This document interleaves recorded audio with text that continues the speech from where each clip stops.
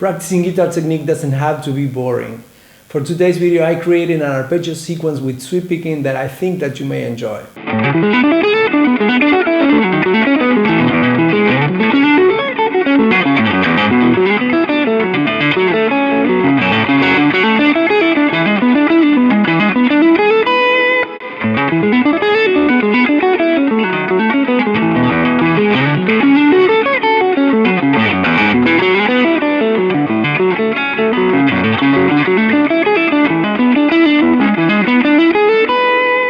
Now let's play it slowly.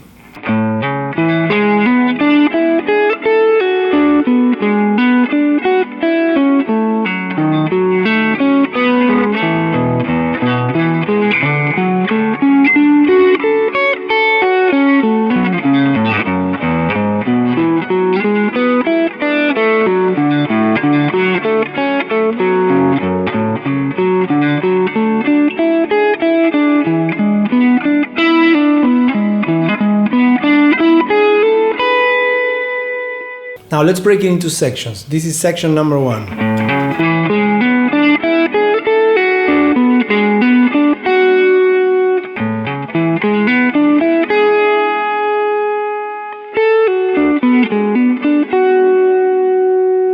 Section number 2.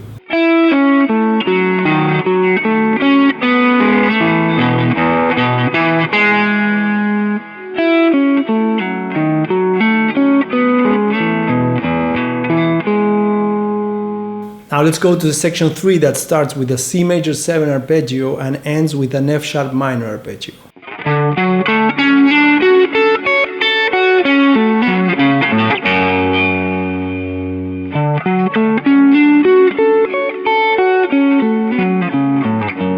Now let's go to section 4 that starts with an E major arpeggio and ends with a D major arpeggio.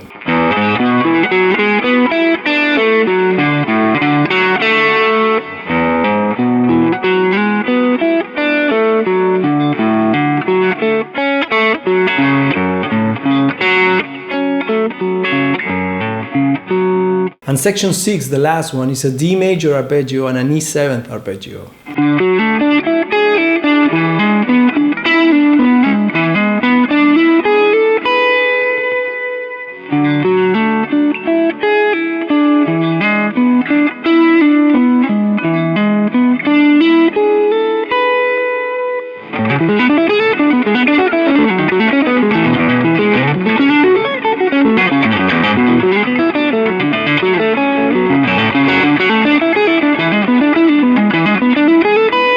Tip number 1, don't rush and be sure that each note sounds at the same volume as the others. If you have a guitar with single coil pickup, try to study this sequence on that guitar.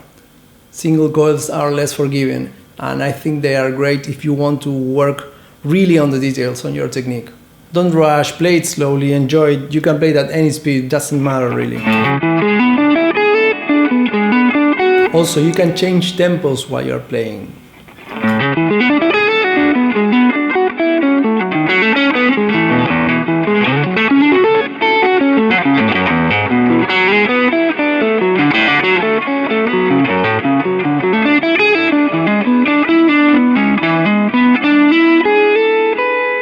Tip number 2, use a clean sound.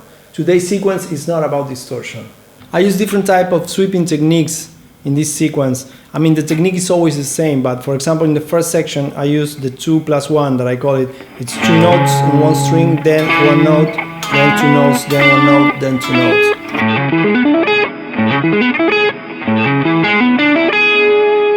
Tip number 3, memorize the sections and practice them one at a time. I got used to study this kind of stuff in a way that may sound a bit obsessive, I know.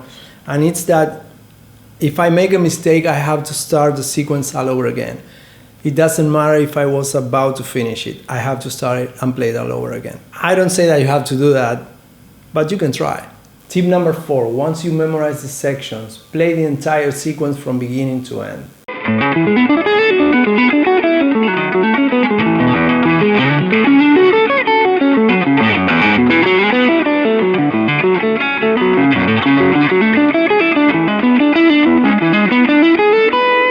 Tip number 5, don't play one section more than the others. Dedicate to each of them the same amount of time. Try to create your own sequences to practice. For example, pick a couple of arpeggios that you like and join them and play them in different octaves or in different parts of the fretboard. It's great to create your own exercises because you are creating something that it's tailored to you. I mean, it's okay, it's fine, it's great to use other people's exercises, but once you start creating your own, I mean, that's exactly what you need for the stuff you need to practice yourself. And here's a video that I did about alternate picking that you may like.